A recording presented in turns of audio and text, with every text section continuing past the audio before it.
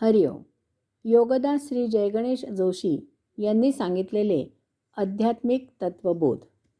क्रमांक 22. अनुभूती म्हणजे महादिव्य परिपूर्ण ज्ञानप्रकाश उजळून पूर्ण सत्य प्रगट होऊन साक्षात्कारित होणे. भविष्यामध्ये यात बदल असंभव.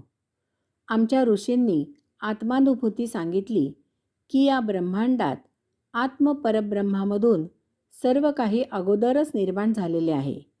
आता यामध्ये मिश्रण होऊन आकार, विकार, गुण इत्यादी बदलतील, परंतु आता आणखी काहीही नवनिर्मिती नाही आणि जे निर्माण झाले आहे ते नष्ट होणे नाही.